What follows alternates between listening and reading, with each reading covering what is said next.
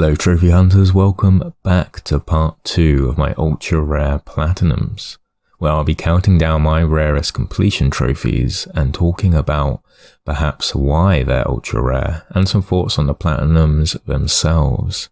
Please enjoy numbers 30 to 26. Number 30 then is, oh god, it's this game again. Aliens Colonial Marines being 4.36%. I feel like I've talked about this game too much in my videos. I've got not much more to say about it other than to summarize. The single player is so bad it can be good. The multiplayer was mostly good, but nowhere as great as 2010's Aliens vs Predator.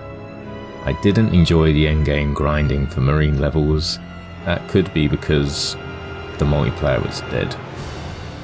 And I'm acutely aware it is a terrible game, regardless of me owning it 4 or 5 times. I feel like this is a rare case of the trophy list being better than the actual game, like the Aliens quotes and the trophy art are really fun and cool. It's ultra rare because it's quite a long game, lots of multiplayer requirements, and obviously people were disappointed. So they wouldn't have stuck with it, yet alone tried to platinum it. I really need to talk about any of the other better Alien games out there, and I will, I promise. Cross my heart and hope to die.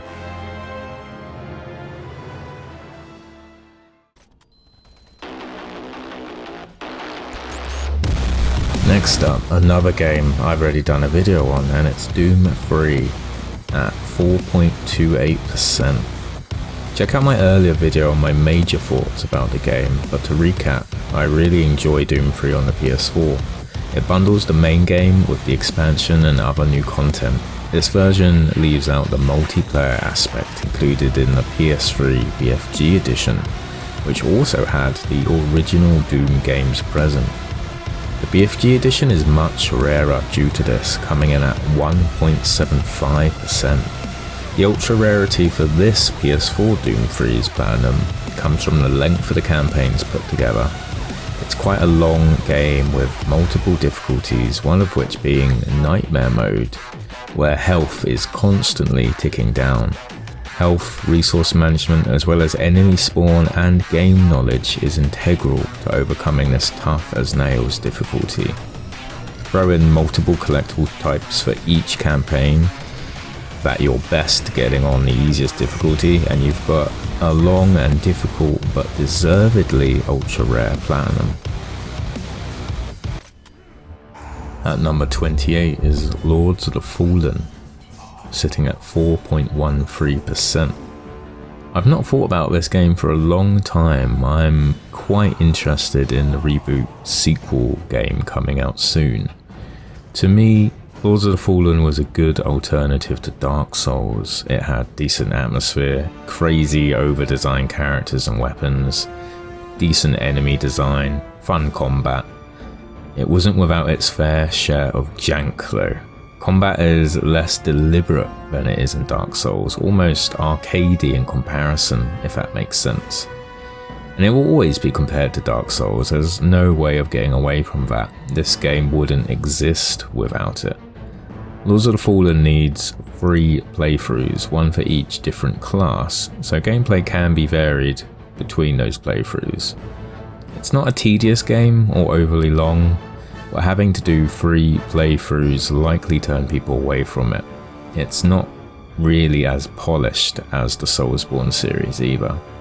I think the rarity comes from its direct comparisons to the Souls series. People who enjoy Soulsborne games are likely to try this, but find it not to be as good, so a lot of people would drop off at that point. Just a theory and an opinion, because it's not as difficult as those games. I find it so interesting that all the Soulsborne game platinums just aren't very rare. The player base know what they're getting into. Elden Ring sits at 40% rarity for its platinum. That's insane. The people who stick with Lords of the Fallen, however, will find a lighter, good alternative to the notoriously difficult series. I'll be keeping an eye on the new game, as it's looking pretty good.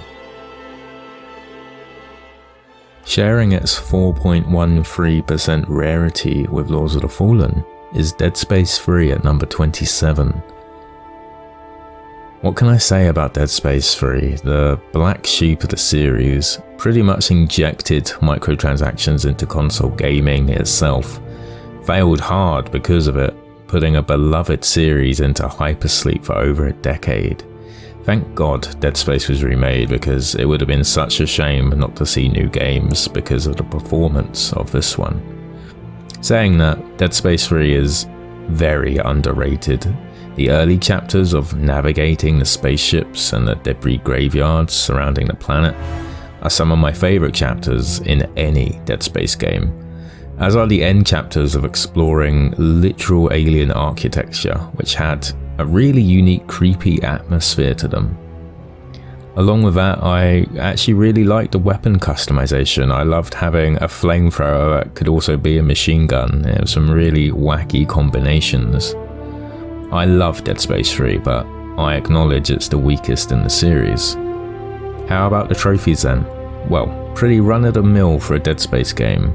It's one of the longer campaigns in the series, but this game has more challenge difficulty modes than any other Dead Space.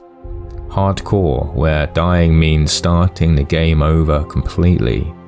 Classic, where weapon customization is disabled, so no flamethrowers that can shoot machine gun bullets.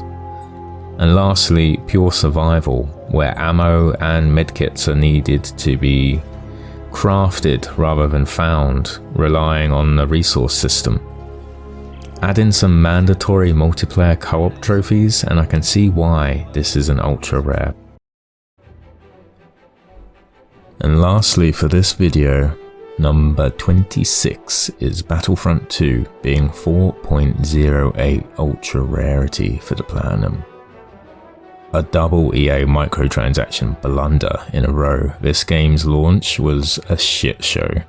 Class progression was directly linked to loot box gambling, which of course you could buy with real money. They had to do a 180 spin hard on this stance, completely reworking the leveling system and the pricing of in-game heroes and just the way everything worked. I always enjoyed the game anyway, but this glaring issue near ruined it from day one. Thankfully, it did improve, more content was added for free and it became an excellent game that I enjoyed with my friends for many months. The sheer variety of modes was great, with space battles, infantry and vehicle combat being fought across all of the different Star Wars saga periods and locations. The trophy list is a tough one, mostly due to the many multiplayer requirements. The hardest trophy is called multitasking, and it's likely the reason for the ultra rarity. You've got to defeat 25 hero ships with ordinary fighter ships. Imagine a fly going in against a brick wall and you might have the right idea about this trophy. Everyone is gunning for the hero ships. They're a massive point to go for on these space battles. They're the most powerful units on the map. And to win, it's a good idea to dispose of them. To actually get the final hit and the kill confirmation was really tough with everyone else going for it. Finally, the level 50 trophy was a long grind, but at least you get to play the game normally.